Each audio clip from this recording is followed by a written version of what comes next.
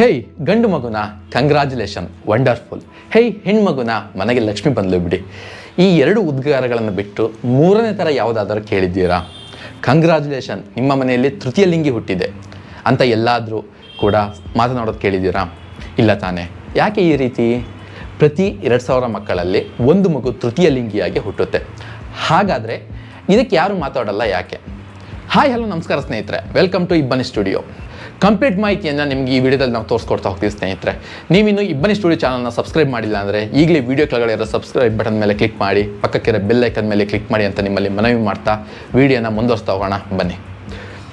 ಸ್ನೇಹಿತರೆ, ಭ್ರೂಣ ಫಾರ್ಮೇಷನ್ ಆಗುವಾಗಲೇ ಇದೆಲ್ಲ ಡಿಸೈಡ್ ಆಗುತ್ತೆ.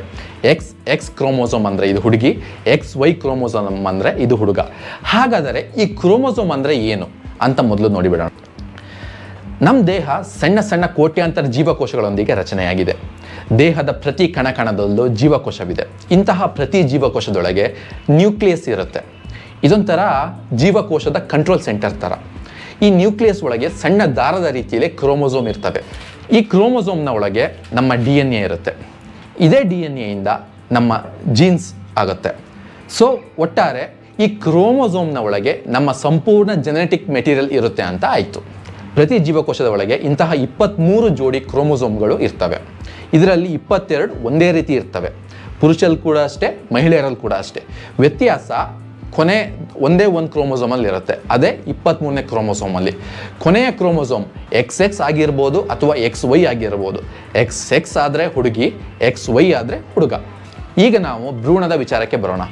ಇದು ನಿರ್ಮಾಣ ಆಗೋದು ಹೇಗೆ? ಗಂಡಿನ ಸ್ಪರ್ಮ್ ಅಥವಾ ವೀರ್ಯ ಹೆಣ್ಣಿನ ಎಗ್ ಅಥವಾ ಅಂಡಾಣುವಿಂದ ಎರಡು ಮಿಕ್ಸ್ ಆದಾಗ ಆಗುತ್ತೆ, ಭ್ರೂಣ ನಿರ್ಮಾಣ ಆಗುತ್ತೆ. ಈ ಎರಡರಲ್ಲೂ ಕೂಡ ಕ್ರೋಮೋಸೋಮ್ ಬಂದಿರುತ್ತೆ ಅಲ್ವಾ? ಸ್ಪರ್ಮ್ ಗಂಡಿಂದ ಬಂದಿರುತ್ತೆ ಅಲ್ವಾ? ಆದ್ದರಿಂದ ಇದರಲ್ಲಿ XY ಮೊದಲೇ ಇರುತ್ತೆ. ಎಗ್ ಹೆಣ್ಣಿಂದ ಬಂದಿರುತ್ತೆ. ಸೊ ಇದರಲ್ಲಿ XX ಮೊದಲೇ ಇರುತ್ತೆ. ಇದು ಎರಡು ಮಿಕ್ಸ್ ಆದಾಗ ನಾನಾ ರೀತಿಯ ಕಾಂಬಿನೇಷನ್ ಆಗ್ಬೋದಲ್ವಾ? ಇದರಲ್ಲಿ ಗಂಡಿನ ಕಡೆಯಿಂದ X ಕ್ರೋಮೋಸೋಮ್ ಬಂದು ಹೆಣ್ಣಿನ X ಕ್ರೋಮೋಸೋಮ್ ಜೊತೆ ಸೇರಿ ಕಾಂಬಿನೇಷನ್ ಫೈನಲ್ ಆದರೆ ಆಗ ಹೆಣ್ಣು ಮಗು ಆಗುತ್ತೆ. ಅದೇ ಗಂಡಿನ ಕಡೆಯಿಂದ Y ಕ್ರೋಮೋಸೋಮ್ ಬಂದು ಹೆಣ್ಣಿನ X ಕ್ರೋಮ್ ಜೊತೆ ಸೇರಿಕೊಂಡು ಕಾಂಬಿನೇಷನ್ ಫೈನಲ್ ಆದರೆ ಆಗ ಗಂಡು ಮಗು ಆಗುತ್ತೆ. ಸೊ ಇಲ್ಲಿ ವಿಚಾರ ಸ್ಪಷ್ಟ. ಮಗು ಗಂಡೋ ಹೆಣ್ಣು ಅಂತ ಡಿಸೈಡ್ ಆಗೋದು ಗಂಡಿನ ಕ್ರೋಮೋಸೋಮಿಂದ. ಯಾಕಂದರೆ ಹೆಣ್ಣಿನ ಹತ್ರ XX ಕ್ರೋಮೋಸೋಮ್ ಬಿಟ್ಟರೆ ಬೇರೆ ಯಾವುದೂ ಇರಲ್ಲ. ಗಂಡಿನ ಹತ್ರ ತಾನೇ X ಮತ್ತು Y ಕ್ರೋಮೋಸೋಮ್ ಇರೋದು. ತೃತೀಯ ಲಿಂಗಿ ಹುಟ್ಟೋದು ಹೇಗೆ ನೋಡಿ ಸ್ನೇಹಿತರೆ. ಈ ವಿಚಾರ ಇದೆಯಲ್ಲ, ಇದು 4 ಪ್ರಮುಖ ಅಂಶಗಳನ್ನ ಒಳಗೊಂಡಿದೆ. ಒಂದು, ದೇಹದ ರಿಪ್ರೊಡಕ್ಟಿವ್ ಅಂಗಾಂಗಗಳು ಯಾವ ರೀತಿ ರಚನೆ ಆಗಿವೆ ಅಂತ. ಎರಡನೇದು, ವ್ಯಕ್ತಿಯ ಪ್ರೈವೇಟ್ ಪಾರ್ಟ್ ಅಥವಾ ಜನನಾಂಗ ಯಾವ ರೀತಿ ಡೆವಲಪ್ ಆಗ್ತಾ ಇದೆ ಅನ್ನೋದು. ಮೂರನೇದು ಕ್ರೋಮೋಸೋಮ್ಸ್. ನಾಲ್ಕನೇದು ಹಾರ್ಮೋನ್ಸ್. ನಿಮಗೆ ಈ ಸ್ಟೋರಿ ನೋಡ್ತಾ ಗೊತ್ತಾಗಿದೆ. XX ಇಂದ ಹೆಣ್ಣು, XY ಇಂದ ಗಂಡು ಅಂತ ಅರ್ಥ ಆಗಿದೆ ನಿಮಗೆ. ಆದರೆ ಇವೆರಡರ ನಡುವೆ ಇನ್ನೂ ಸುಮಾರು ಪಾಸಿಬಿಲಿಟೀಸ್ ಇರುತ್ತೆ ಅಲ್ವಾ? ನಮ್ಗೆ ಗೊತ್ತು, ಹೆಣ್ಣಿನ ದೇಹದಲ್ಲಿ ಗರ್ಭಾಶಯ ಇರುತ್ತೆ, ಗಂಡಿನ ದೇಹದಲ್ಲಿ ಟೆಸ್ಟಿಸ್ ಇರುತ್ತೆ ರಿಪ್ರೊಡಕ್ಟಿವ್ ಸಿಸ್ಟಮ್ಗೆ ಬಂದಾಗ. ಆದರೆ ಯಾವತ್ತಾದರೂ ಎರಡು ಇದ್ಬಿಟ್ರೆ ಇದನ್ನು ಓವೋಟೆಸ್ಟಿಸ್ ಅಂತ ಕರೀತಾರೆ. ಅಥವಾ ಹೀಗೂ ಆಗ್ಬೋದು, ಹೆಣ್ಣಿನ ಜನನಾಂಗ ಇರುತ್ತೆ, ಅದರ ಮೇಲೆ ಗಂಡಿನ ಜನನಾಂಗದಂತಹ ರಚನೆ ಬಂದುಬಿಡ್ಬೋದು. ಅಥವಾ ಗಂಡಿನ ಜನನಾಂಗವೇ ಕಣ್ಣಿಗೆ ಕಾಣದಷ್ಟು ತೀರ ಚಿಕ್ಕಕ್ಕಿರಬಹುದು. ಅಥವಾ ಕ್ರೋಮೋಸೋಮ್ಗಳಲ್ಲಿ ಈ ಥರ ಆಗಿಬಿಡಬಹುದು. ಜೋಡಿ ಇರಬೇಕಲ್ವಾ ಕ್ರೋಮೋಸೋಮ್ಗಳು ಯಾವಾಗಲೂ, XX ಅಥವಾ XY. ಈ ಜೋಡಿ ಬದಲಿಗೆ 3 ಆಗಿಬಿಡ್ಬಹುದು. 3 ಕ್ರೋಮೋಸೋಮ್ಗಳು ಅಥವಾ ಒಂದೇ ಸಿಂಗಲ್ ಆಗಿಬಿಡಬಹುದು. ಅಥವಾ ವ್ಯಕ್ತಿಯ ಜೀವಕೋಶಗಳು ಸೆಲ್ಸ್ ಮತ್ತು ದೇಹದಲ್ಲಿರುವಂಥ ಹಾರ್ಮೋನ್ಗಳು ನಡುವೆ ಹೊಂದಾಣಿಕೆ ಆಗದೇ ಇರಬಹುದು.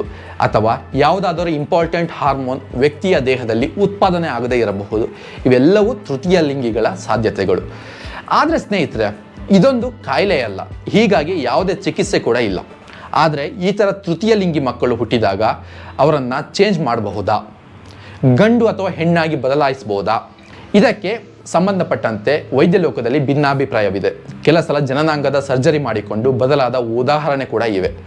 ಆದರೆ ಎಲ್ಲರಿಗೂ ಈ ರೀತಿ ಸರ್ಜರಿ ಎಲ್ಲ ಮಾಡಿಸ್ಕೊಂಡು ಸೃಷ್ಟಿ ಕೊಟ್ಟ 2 ಲಿಂಗಗಳಲ್ಲಿ ಒಂದನ್ನು ಮಾತ್ರ ಉಳಿಸ್ಕೊಂಡು ಬರೀ ಗಂಡು ಅಥವಾ ಹೆಣ್ಣು ಆಗೋಕೆ ಅಥವಾ ಇಲ್ಲದ ಜನಾಂಗವನ್ನು ಕೃತಕವಾಗಿ ಕ್ರಿಯೇಟ್ ಮಾಡೋಕೆ ಅಷ್ಟೆಲ್ಲ ವ್ಯವಸ್ಥೆ ಎಲ್ಲರ ಹತ್ರ ಕೂಡ ಆಗಲ್ಲ. ಎಲ್ಲಕ್ಕಿಂತ ಮಿಗಿಲಾಗಿ ಈ ಸರ್ಜರಿಗಳ ಬಗ್ಗೆ ಇನ್ನೂ ವೈದ್ಯ ಲೋಕದಲ್ಲೇ ಕ್ಲಾರಿಟಿ ಇಲ್ಲ.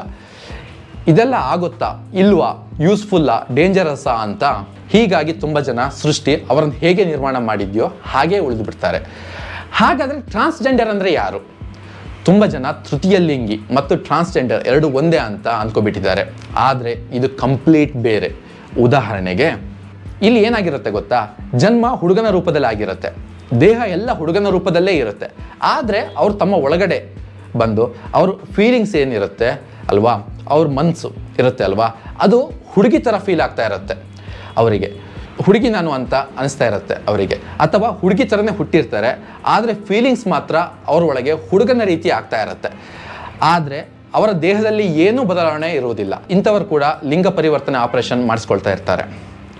ಇಲ್ಲಿ ಮತ್ತೊಂದು ವಿಚಾರ, ವ್ಯಕ್ತಿಗಳ ಲೈಂಗಿಕತೆ, ಅವರ ಲೈಂಗಿಕ ಆಕರ್ಷಣೆಗಳು ಮತ್ತು ಅವರ ಜೆಂಡರ್ ಲಿಂಗ ಅವೆರಡನ್ನು ಬೇರೆ ಬೇರೆಯಾಗಿ ನೋಡಬೇಕಾಗುತ್ತೆ.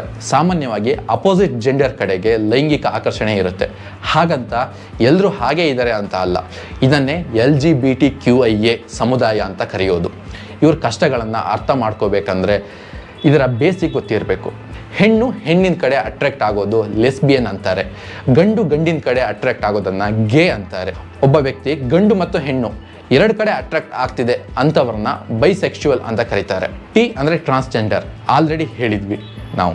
ಇನ್ನು I ಅಂದರೆ ಇಂಟರ್ಸೆಕ್ಸ್ ಅಥವಾ ತೃತೀಯ ಲಿಂಗಿಗಳು.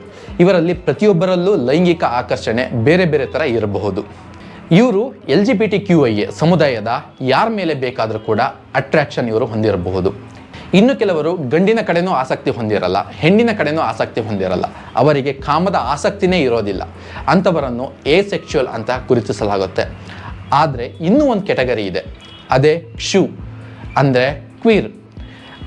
ಇದನ್ನು ಎಕ್ಸಾಕ್ಟ್ ಮೀನಿಂಗ್ ಹುಡುಕಿದ್ರೆ ವಿಚಿತ್ರ ಅಂತ ಸಿಗುತ್ತೆ. ಇದುವರೆಗೆ ಹೇಳಿದ ಡಿಫ್ರೆಂಟ್ ಲೈಂಗಿಕ ಆಕರ್ಷಣೆಗಳನ್ನು ಹೊಂದಿರುವಂತಹ ಅದರಲ್ಲಿ ಬರೋ ಎಲ್ಲರನ್ನ ಕೂಡ ಕ್ವೀರ್ ಅಂತಲೂ ಕರೀತಾರೆ. ಇಂಥವರು ಇಂಥದೇ ಲೈಂಗಿಕ ಆಸಕ್ತಿಗಳನ್ನು ಹೊಂದಿದ್ದಾರೆ ಅಂತ ಹೇಳೋಕ್ಕಾಗಲ್ಲ. ಇವಿಷ್ಟರಲ್ಲಿ ಯಾವ ತರಹದ ಆಕರ್ಷಣೆಯನ್ನಾದರೂ ಕೂಡ ಹೊಂದಿರಬಹುದು. ಸೊ ಫ್ರೆಂಡ್ಸ್, ತೃತೀಯ ಲಿಂಗಿಗಳು ಅವರು ನಾವು ಈ ಥರನೇ ಹುಟ್ಟಬೇಕು ಅಂತ ಆಸೆ ಪಟ್ಟು ಹುಟ್ಟಿರೋದಿಲ್ಲ. ಈ ಮೊದಲೇ ಹೇಳಿದಂತೆ ದೇಹದ ಹಾರ್ಮೋನ್ ಇಂಬ್ಯಾಲೆನ್ಸ್ ಸಮಸ್ಯೆಯಿಂದ ಈ ಥರ ಹುಡ್ತಾರೆ. ಆದ್ದರಿಂದ ಅವರನ್ನು ಕೀಳಾಗಿ ನೋಡಬೇಡಿ, ಅವರನ್ನು ಕೂಡ ಸಾಮಾನ್ಯ ಮನುಷ್ಯರಂತೆ ಗೌರವಿಸಿ ಅಂತಲೇ ಹೇಳ್ತಾ, ಸೊ ಫ್ರೆಂಡ್ಸ್, ಈ ವರದಿಯಲ್ಲಿ ಈ ಟಾಪಿಕ್ ಬಗ್ಗೆ ಒಂದಷ್ಟು ಬೇಸಿಕ್ ಮಾಹಿತಿಯನ್ನು ಅಥವಾ ತಿಳುವಳಿಕೆಯನ್ನು ನಿಮಗೆ ನೀಡುವಲ್ಲಿ ಯಶಸ್ವಿಯಾಗಿದ್ದೇವೆ ಅಂತ ಅನ್ಕೋತೀವಿ. ಇದರ ಬಗ್ಗೆ ನಿಮ್ಮ ಅಭಿಪ್ರಾಯವನ್ನು ಕಮೆಂಟ್ ಮಾಡಿ ತಿಳಿಸಿ.